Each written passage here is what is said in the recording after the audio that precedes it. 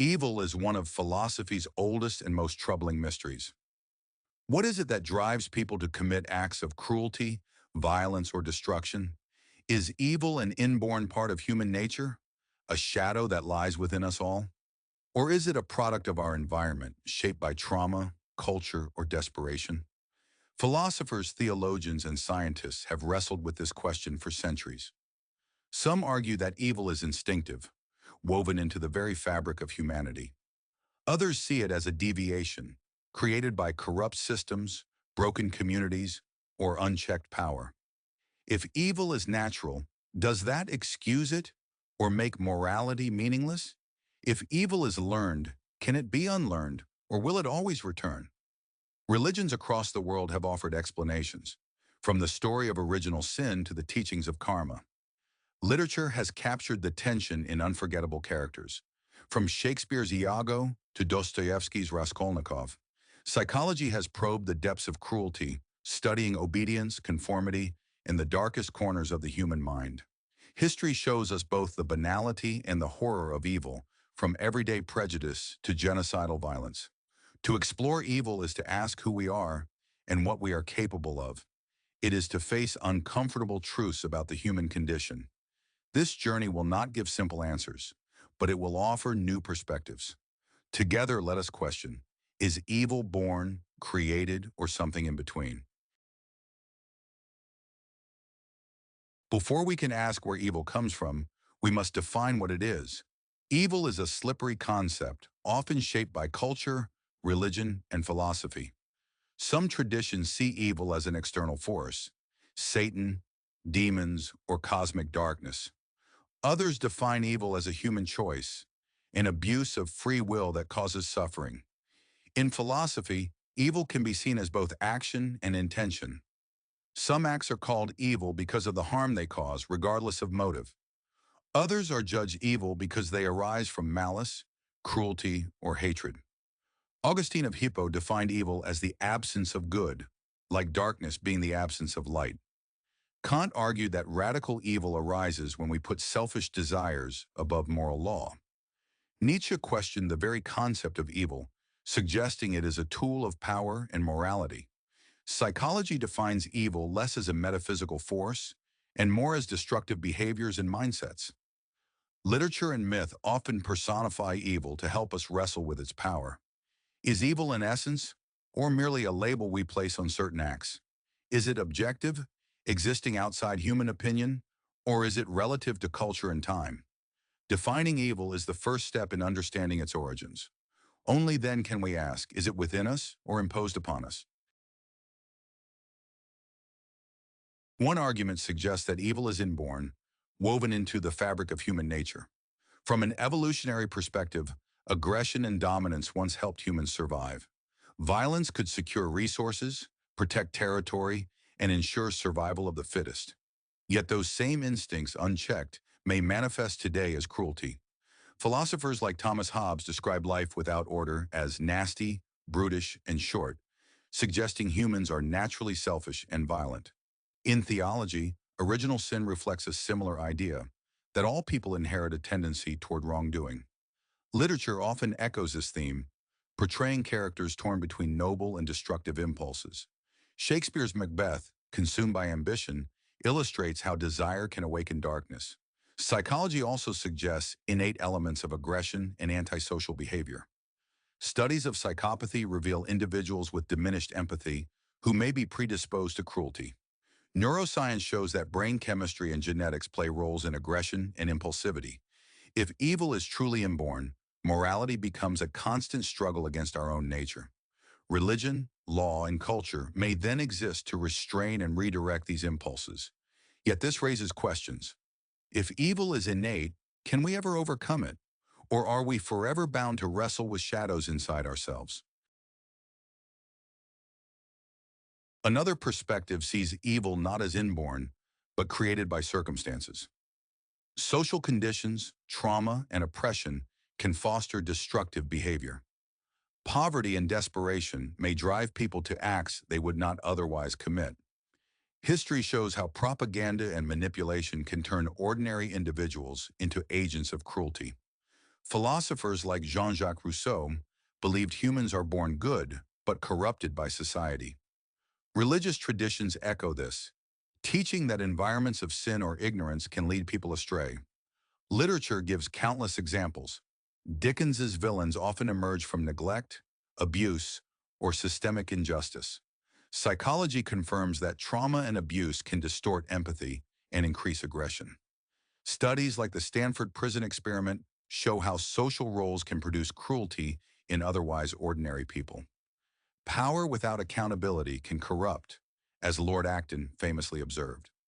Evil in this view is not inevitable, but conditioned by environment. Systems of oppression, inequality, and violence cultivate harm across generations. If evil is created, it can perhaps be unlearned or prevented.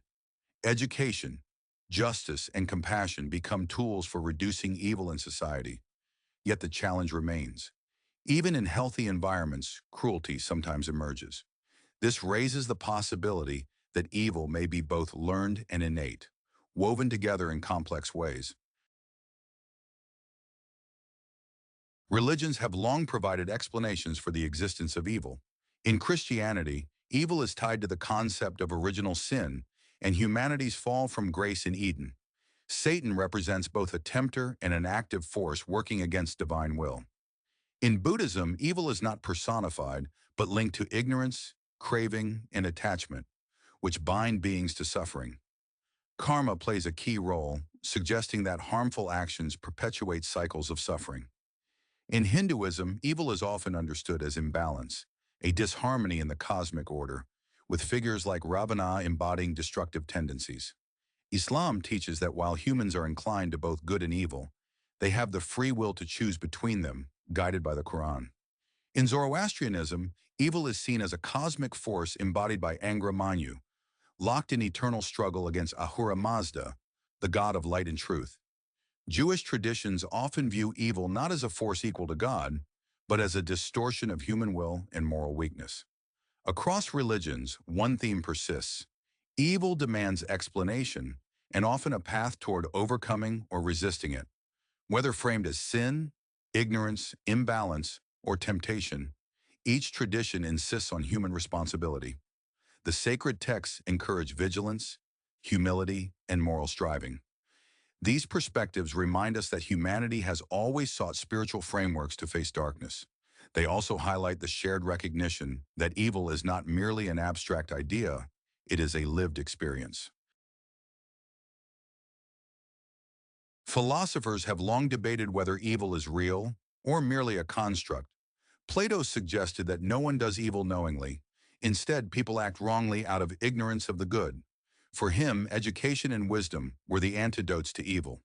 Thomas Hobbes, by contrast, argued that humans are naturally selfish and violent, needing strong authority to restrain chaos. Immanuel Kant described radical evil as a willful prioritization of self-interest over universal moral law. Friedrich Nietzsche questioned the very idea of good and evil, calling them cultural inventions designed to control. Hannah Arendt famously described the banality of evil after studying Adolf Eichmann, noting how ordinary people can commit atrocities through thoughtless obedience. Jean-Paul Sartre argued that evil arises from bad faith, our refusal to accept responsibility for freedom. Meanwhile, John Stuart Mill emphasized harm as the measure of wrongdoing, grounding evil in its consequences rather than metaphysical origins. These debates show the complexity of evil as a concept. Is it ignorance, selfishness, cultural construction, or something deeper? Philosophy forces us to confront not only the existence of evil, but how we define it. The richness of these debates proves that evil resists simple answers. Each thinker adds layers of nuance to our understanding, urging us to reflect on our own role in resisting or perpetuating harm. Literature has been one of humanity's most powerful tools for exploring evil. Shakespeare gave us unforgettable villains like Iago, whose manipulations reveal the cruelty of jealousy and malice. Macbeth shows ambition's destructive potential when unchecked by conscience. Goethe's Faust presents a man who bargains with the devil, embodying the eternal human temptation toward power and knowledge at any cost. Dostoevsky's Crime and Punishment explores the psychological torment of guilt after committing murder.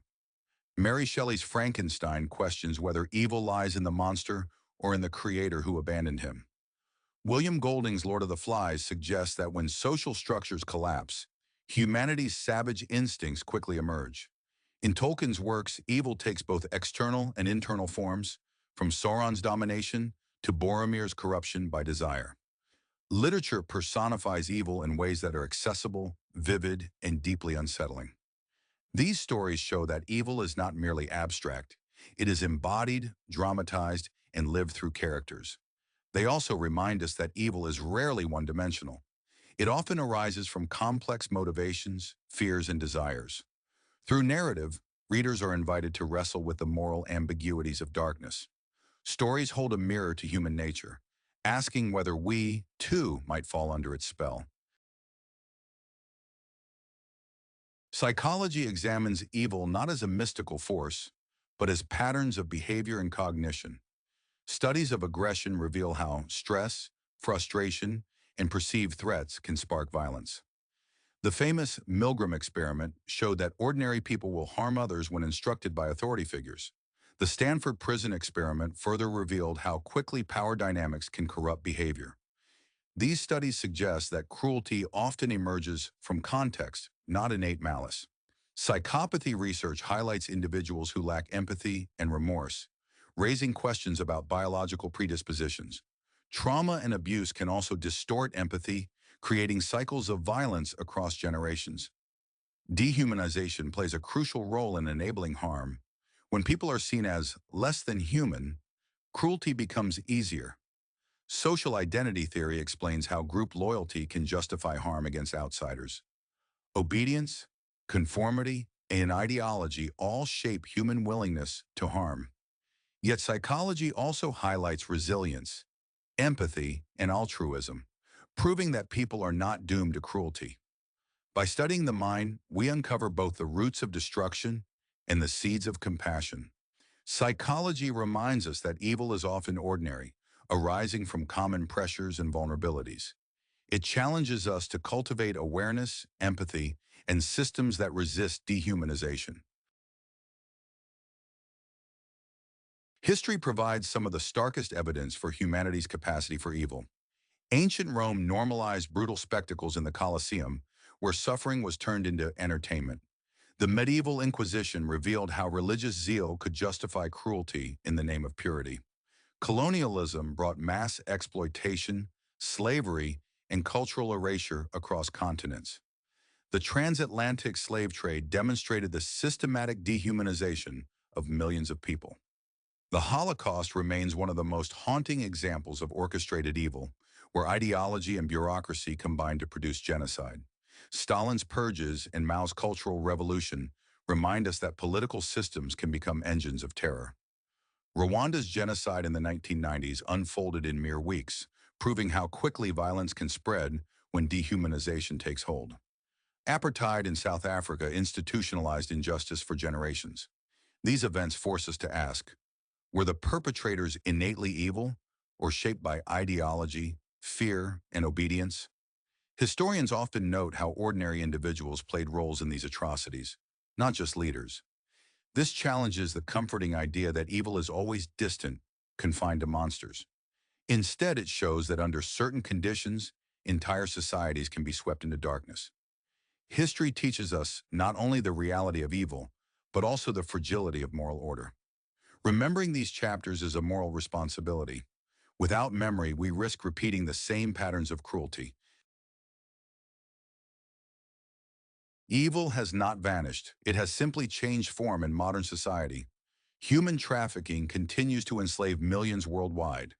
Corporate greed can exploit labor, destroy environments, and perpetuate inequality. Cybercrime now harms individuals and institutions on a massive scale. Hate speech spreads rapidly through digital platforms, fueling division and violence. Terrorism persists as a weapon of ideology and fear. Domestic violence remains a silent epidemic behind closed doors. Environmental destruction, driven by negligence and profit, threatens future generations. Systemic racism and discrimination harm countless lives daily. These examples show that evil is not always dramatic or visible. Sometimes it is woven into systems and structures that people accept as normal. Modern evil often hides behind bureaucracy, technology, or corporate facades. It challenges us to expand our moral awareness beyond individual actions. When exploitation becomes invisible, vigilance becomes more difficult. Yet awareness and advocacy can shed light on hidden harm. Recognizing modern evil requires both courage and honesty. By naming it, we open the possibility of resisting it. Despite evil's persistence, history and daily life also reveal countless acts of resistance. Individuals who sheltered Jews during the Holocaust demonstrated courage in the face of death. Activists in the civil rights movement confronted systemic racism with nonviolent resistance. Whistleblowers expose corruption even when it costs them personally. Ordinary people speak out against abuse in workplaces, schools, and communities. Literature and art often serve as tools of resistance, giving voice to the silenced. Religious figures like Martin Luther King Jr., Gandhi, and Desmond Tutu used faith to inspire justice. Psychological studies show that empathy and moral courage can override obedience to authority. Communities that foster solidarity create resilience against hatred. Education about history and ethics equips people to recognize manipulation and propaganda.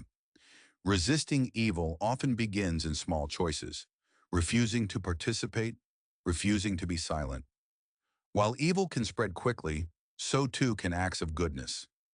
Courage is contagious, inspiring others to act. Resisting evil does not guarantee victory, but it preserves human dignity. It reminds us that even in darkness, light is possible. The most unsettling truth about evil is that it does not only exist out there. Carl Jung described the shadow as the hidden parts of ourselves we refuse to acknowledge. This inner darkness can manifest in envy, cruelty, or indifference. Acknowledging the shadow is not the same as excusing it. It is about recognizing our capacity for harm. Too often, people project evil onto others without admitting their own flaws. Literature like Dr. Jekyll and Mr. Hyde dramatizes this inner conflict. Psychology suggests that repression of dark impulses can make them stronger. Confronting our darkness requires honesty, self-reflection, and responsibility. It also requires compassion for ourselves and for others, because shame alone cannot transform us. Practices like mindfulness, therapy, and spiritual discipline help us integrate the shadow. Religions encourage confession, repentance, or purification as ways of acknowledging and cleansing inner harm. Philosophers remind us that self-knowledge is the beginning of wisdom. By admitting our capacity for cruelty, we become more vigilant against it. The danger lies in denial, in believing we are immune to darkness. Confronting the shadow is difficult, but it is also liberating. It allows us to grow, to resist, and to choose light more consciously. One of the most important questions is whether those who commit evil can truly change. Religious traditions often teach that redemption is possible through repentance, atonement, and transformation. Christianity emphasizes forgiveness and grace, even for the gravest sins. Buddhism teaches that compassion and mindfulness can help break cycles of suffering and harm. In Islam, sincere repentance, tawbah, is a path back to God's mercy. Philosophers like Hannah Arendt remind us that while evil may appear banal, people are still capable of moral choice. Psychologists argue that with accountability and therapy, destructive behavior patterns can be addressed. Stories of former extremists leaving hate groups demonstrate that transformation is possible. Literature often dramatizes redemption, from Dostoevsky's Crime and Punishment to Victor Hugo's Les Miserables. At the same time, redemption does not erase the harm caused. Forgiveness is not guaranteed, nor should it be demanded from victims. Redemption is not about erasing consequences, but about seeking a different path forward. It requires humility, responsibility, and sustained change. Society must balance justice with the belief in human potential. The possibility of redemption offers hope, but it also asks us to take responsibility for creating conditions where transformation is possible. Ultimately, the question of evil is inseparable from the question of choice. Each day, people face decisions that shape their moral character. While few will ever face grand dilemmas of history, we all make choices in small interactions. Choosing kindness when it is easier to ignore someone matters. Choosing honesty when deception would bring advantage builds integrity. Choosing to speak up rather than remain silent strengthens justice. These choices accumulate, forming habits of virtue or patterns of harm. Aristotle taught that virtue is cultivated through practice, not just abstract thought. Kant insisted that morality requires treating others as ends, never as mere means. Existentialists like Sartre remind us that freedom means responsibility. Every choice creates meaning. While we cannot control all circumstances, we can control our responses. This is where moral courage emerges, in the conscious decision to choose good even when it costs something. Evil may never disappear, but good is always an available path. The challenge is to walk it deliberately every day. For those who want to explore the nature of evil more deeply, I've gathered a selection of powerful resources. Among books, Christopher Browning's Ordinary Men examines how ordinary individuals became perpetrators in the Holocaust, a chilling reminder of the human capacity for cruelty under pressure. Hannah Arendt's The Banality of Evil and Eichmann in Jerusalem analyze how bureaucratic obedience can lead to monstrous outcomes, sparking profound debates about responsibility. Fyodor Dostoevsky's Crime and Punishment explores the psychology of guilt, morality, and redemption, making it a timeless work for understanding the human struggle with evil. Victor Hugo's Les Miserables reveals how compassion and justice can transform lives, balancing darkness with hope. In the world of podcasts, Philosophize This offers accessible discussions on philosophy, including the concept of evil across thinkers. Making Sense with Sam Harris provides probing conversations about violence, morality, and human behavior. On Being with Krista Tippett delves into empathy, forgiveness, and resilience in confronting suffering. Online, the Stanford Encyclopedia of Philosophy offers clear, scholarly entries on evil and ethics. The Greater Good Science Center at UC Berkeley provides psychological and scientific insights into compassion and moral development. And the United States Holocaust Memorial Museum offers essential historical resources to understand evil's impact and lessons. Each of these resources deepens our understanding, showing us that grappling with evil is not about despair, but about finding ways to live with greater awareness, responsibility, and courage. The nature of evil is a question that refuses to be answered once and for all. Is it born into us or created by our circumstances? Evidence suggests that both forces play a role. Human beings are capable of cruelty, but also of compassion and transformation. History, psychology, religion, and philosophy each offer insights, yet none provide final certainty. What we do know is that evil thrives in silence, denial, and indifference. Confronting it requires courage, honesty, and vigilance. It requires acknowledging not only society's failings, but also our own shadows. Yet it also calls us to act with hope. Each choice, no matter how small, is an opportunity to resist darkness. Empathy, justice, and compassion are not abstract ideals. They are daily practices. Redemption is possible, both individually and collectively. The study of evil is not meant to paralyze us with fear, but to equip us with wisdom. By understanding the roots of cruelty, we strengthen our ability to choose kindness. By remembering the past, we safeguard the future. And by recognizing our freedom, we take responsibility for the world we help to create. Evil may always be with us, but so is the possibility of light.